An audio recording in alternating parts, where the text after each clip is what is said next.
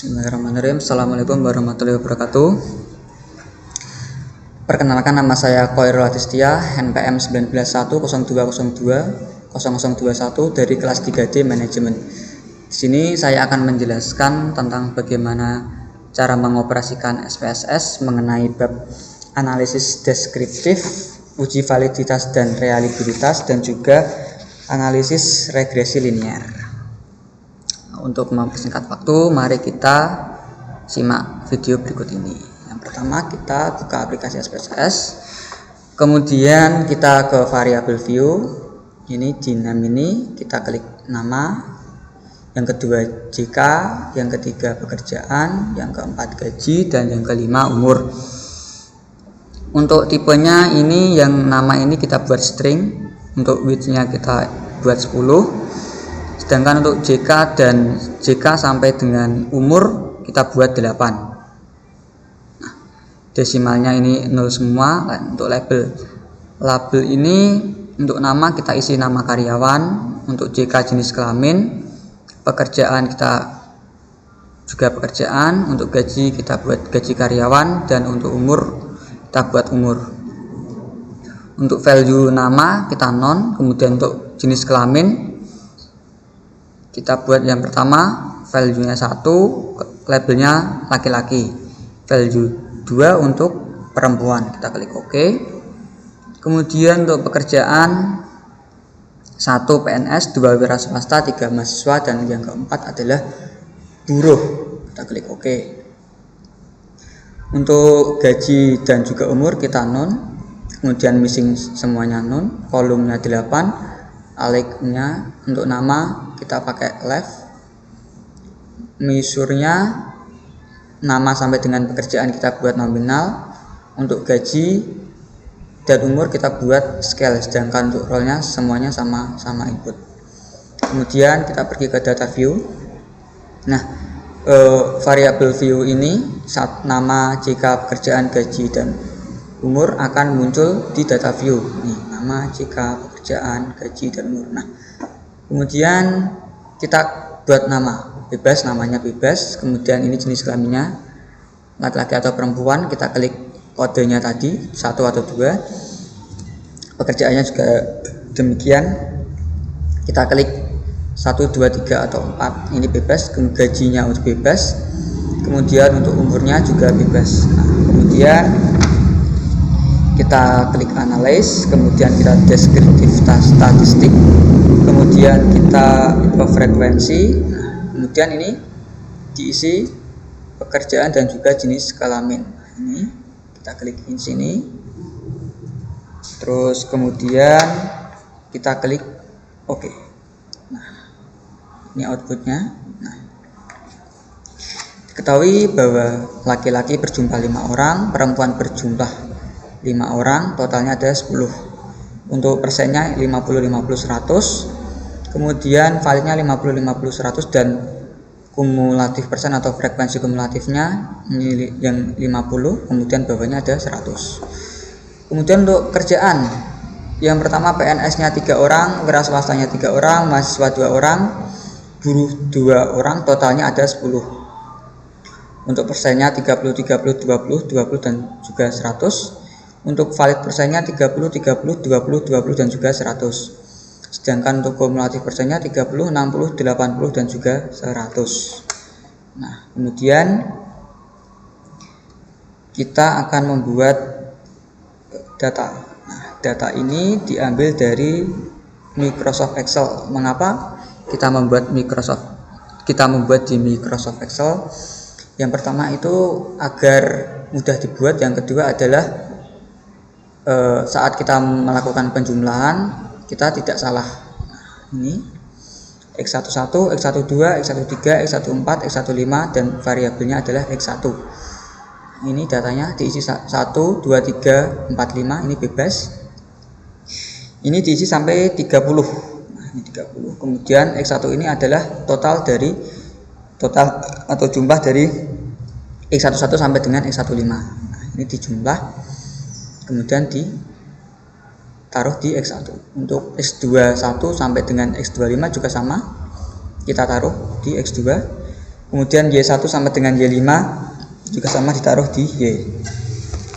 Nah, kemudian data-data ini kita kopas, kita taruh di sini.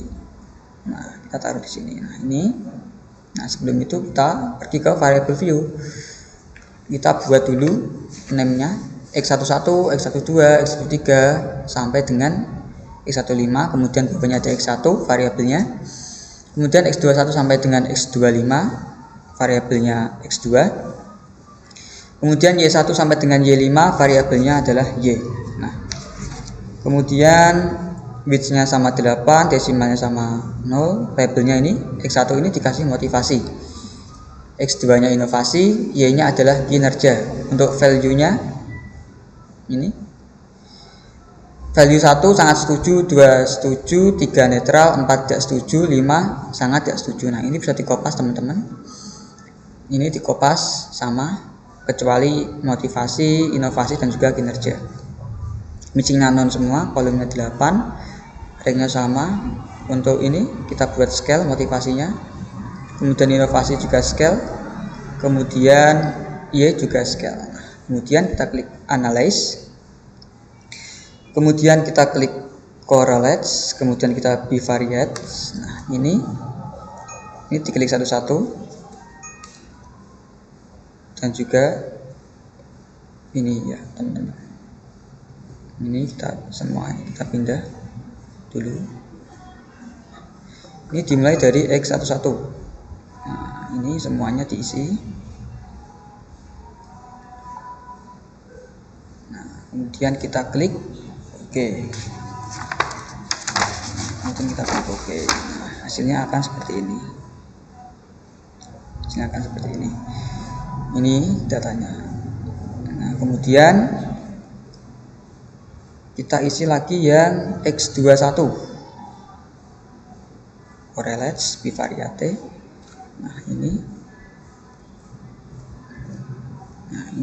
x21, x22, 23, 24, 25 inovasi. Kita klik OK. Nah, hasilnya akan seperti ini. Kemudian kita klik lagi yang Y1. Nah, ini correlates bivariate. Ini kita pindah dulu. Ini Y1, 2, 3, 4, Y5, dan kinerja. Kita klik OK.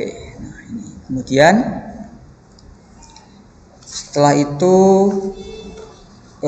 kita analis lagi, kemudian kita scale, pilih reliability analysis. Nah, kemudian ini kita isi x11. Nah, ini kecuali yang motivasi x1, kita klik OK.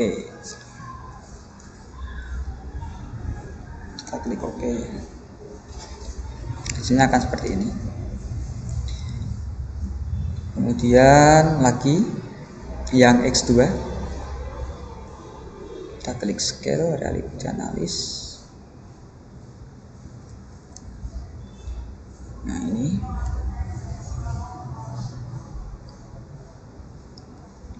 kita klik OK. Nah, hasilnya seperti ini. Kemudian yang Y,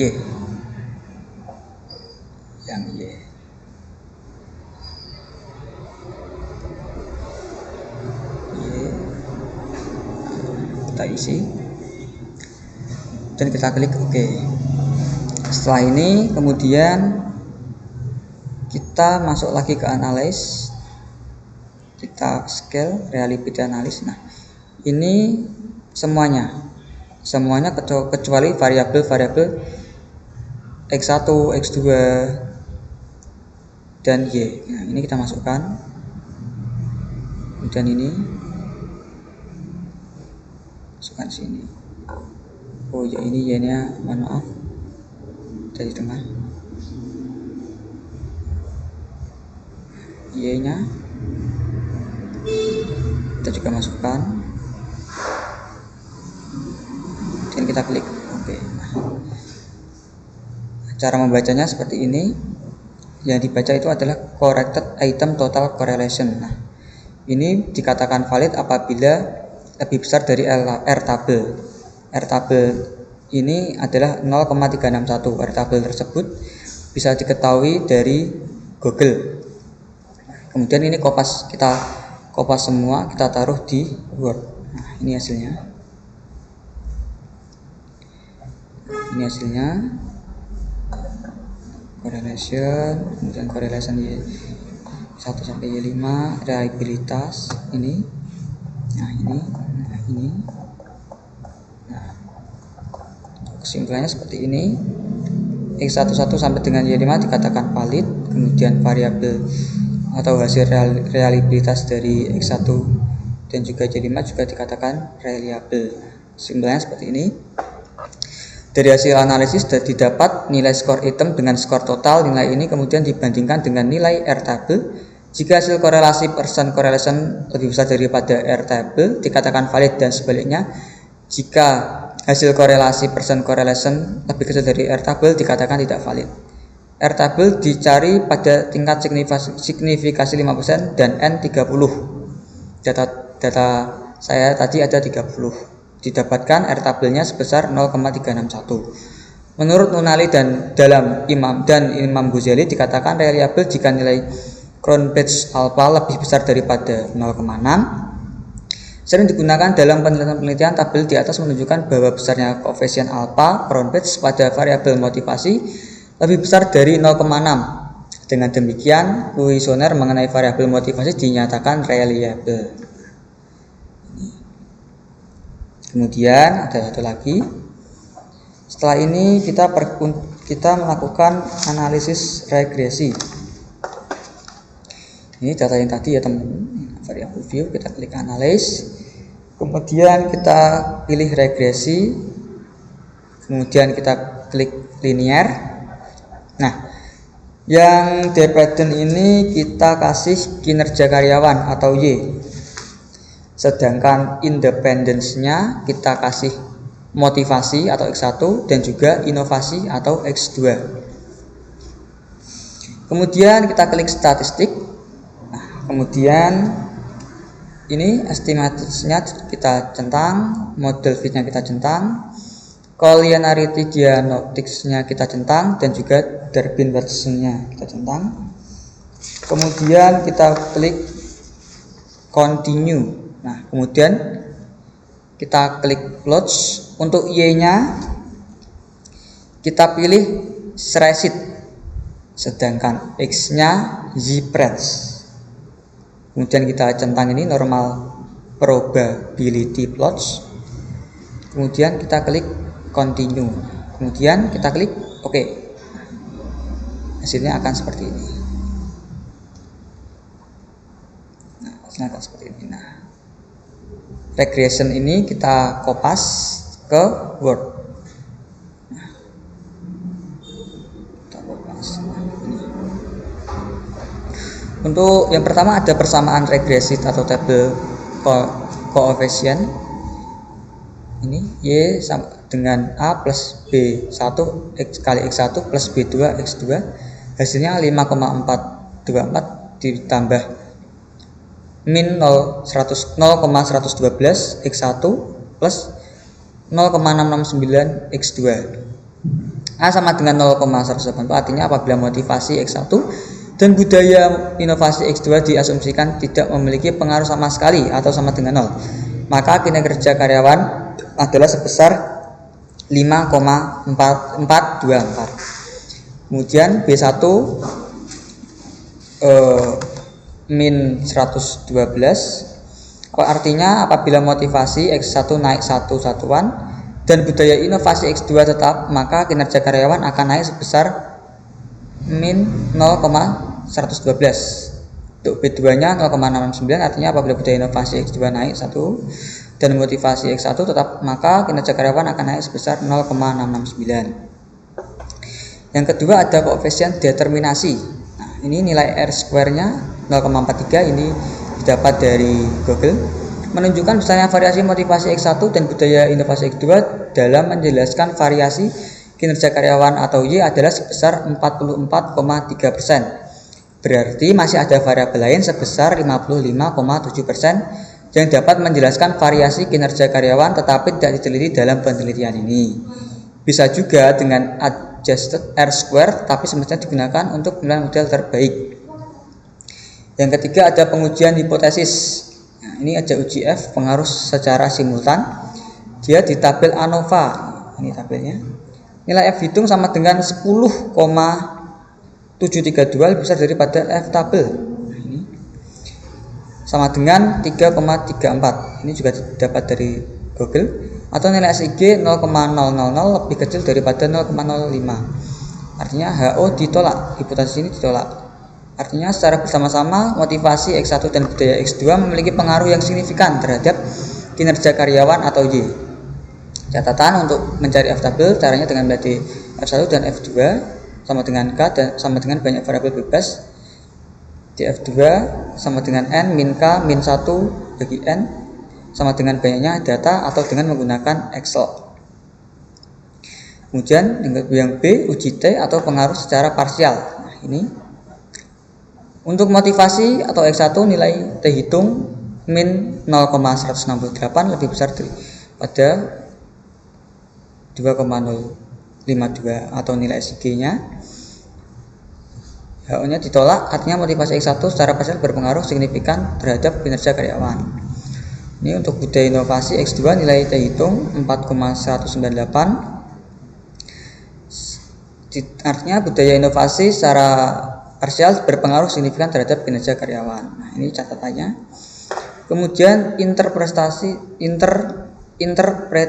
asumsi klasik. Yang pertama ada normalitas. Ini tabelnya. Dari gambar di atas dapat dilihat bahwa titik-titik menyebar mengikuti garis diagonal dan berada di sekitar garis diagonal sehingga dapat disimpulkan residual berdistribusi secara normal. Nah, ini gambarnya. Kemudian multikolinearitas. Nah, ini. Dari tabel di atas diketahui bahwa nilai VIF kedua variabel kurang dari 10 sehingga tidak terjadi hubungan antar variabel bebas atau asumsi multikolinearitas telah terpenuhi. Yang ketiga ada heteroskedastisitas. Gambar di atas menunjukkan titik-titik menyebar secara acak, tidak membentuk pola serta berada di atas 0 dan di bawah 0, sehingga asumsi heteroskedastisitas telah terpenuhi. Yang keempat ada autokorelasi. Nilai Durbin-Watson atau DW yang dihasilkan adalah 1,589. Nilai DU 2,30 sama dengan 1,57 sehingga 4 min DU sama dengan 4 min 1,57 sama dengan 2,43. Dapat disimpulkan nilai Durbin-Watson terletak antara DU sampai dari 4 min U sehingga asumsi autokorelasi telah terpenuhi. Catatannya yaitu nilai DU dicari dari tabel Durbin-Watson dengan cara mencari pertemuan antara kolom K sama dengan banyak variabel dan juga baris N atau banyaknya data. Sekian yang dapat saya sampaikan, kurang lebihnya saya mohon maaf. Wassalamualaikum warahmatullahi wabarakatuh.